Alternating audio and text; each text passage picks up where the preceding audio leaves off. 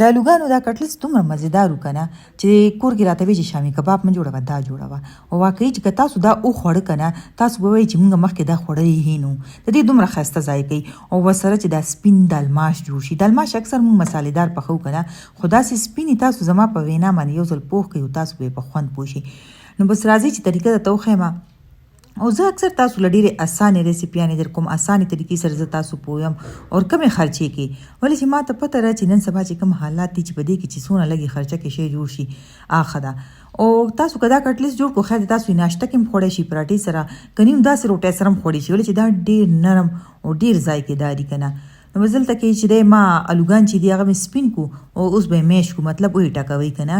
کپ چمچ په کانټه باندې کوي کپ سیم کوي او اچر کې غوخه چې دا اول دغه کوي نری نری کوي بس او پکې واچو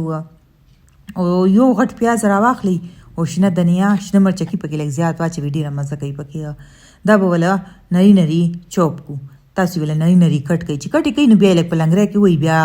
دا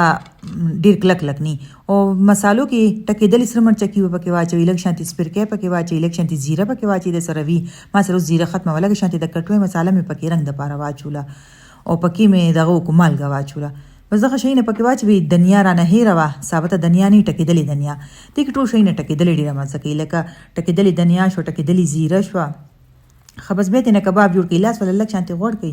مې لاس پورین خلیږي نه نو وسو ګورې دغه شانتي کباب په غټ جوړوي ورکوټي ونه جوړوي غټ لا مزه کوي او چې چو سره په خوي لکه سره کوي چې سره دا اوس مونږ چې سره کولې شو څوک ملمانه راشي دومره مزه کوي کنه او ډیر زر تیار شي نو بزل تم دا ټول ما تیار ک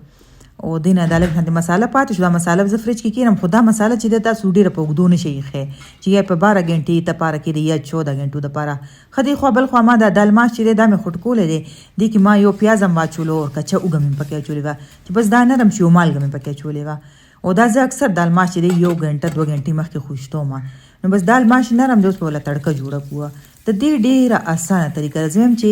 څنګه چې موږ اگې پخو او زر پخې شي کنه نن فن د سیده دال ماشم پخېږي بس غوړي بل واخلي چې سونه غوړي تاسو خپل سالن کې استعمالوي هغه کې خړې شنه مرچکی واچوي او دا سره مرچکی په سلک سات پس ور واچوي ولې چې دا سره مرچکی خو وچی دا تاسو زر سره شي کنه به تور شي نو بس دا دال باندې ور واچوي دي کې یو قسم مصالحه مونږ نه اچو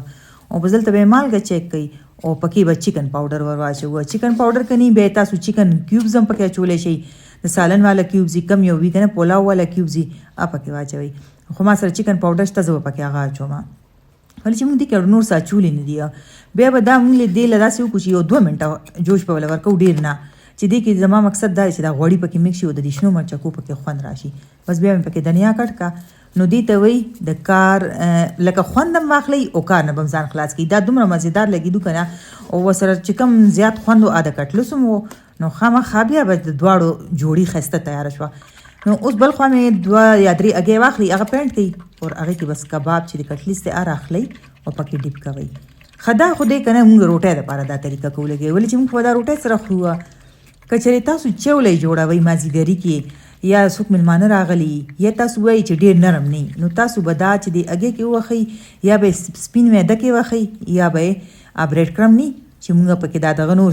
دغه شانتي فرای شي نه جوړو بریډ کرم کې وخی دا بیا غي سره سختم شي ماتیږي نه چې سره خوړی شي اوس دلته چې دا دومره نرم دي سافت دي کنه چې سره خیال کوم چې مات نشي ولې چې موږ روټه سره څومره نرم شي وي دومره خلګي چې نوړې سره خپل وچتيږي دا تاسو ته په کتو باندې بم پته لګي نو مزل ته کې دا دغه شانتي فرای کوي د فرای کولو ټایم ته نشم خېلې ځکه چې به تاسو اندازه کیږي د شکل نه ګوري په یو طرف داسې سره شي په بل طرف سره شي ابایړه وی راوایړي او نارمل ګیس باندې فرای کوي نو بس خسته مزیدار کټلیس تیار شي تاسو دغه شانتي کټلیس یو ځل جوړ کړئ بیا راته ما ته کمنټس کې وایي چې تاسو خوښ شو کنه او وسره د شانتي دالماش جوړ کړئ او دا کټلیس چې کنه دا موږ لکه ورجو سرم خوړې شو ورجو د پاسه کې د ملمانه راشي لکه استعمال باندې موږ باندې ډیپند کوي چې موږ څنګه استعمالو چې څومره خسته تاسو شی ډیکوریشن باندې کې دي اب دومره خپل ښکاری چې ورجو د پاسه کې دی لا بخ ښکاری چې پلیټ کې داسې کې دی وسره آس پاس سم ډیر سلاد کې دی نو لا بخ خسته ښکاری خو ډیر زیات مزیدار لګیدو تاسو یې ټرای کړئ دالماش لا مزیدارو او کټلیس لا مزیدارو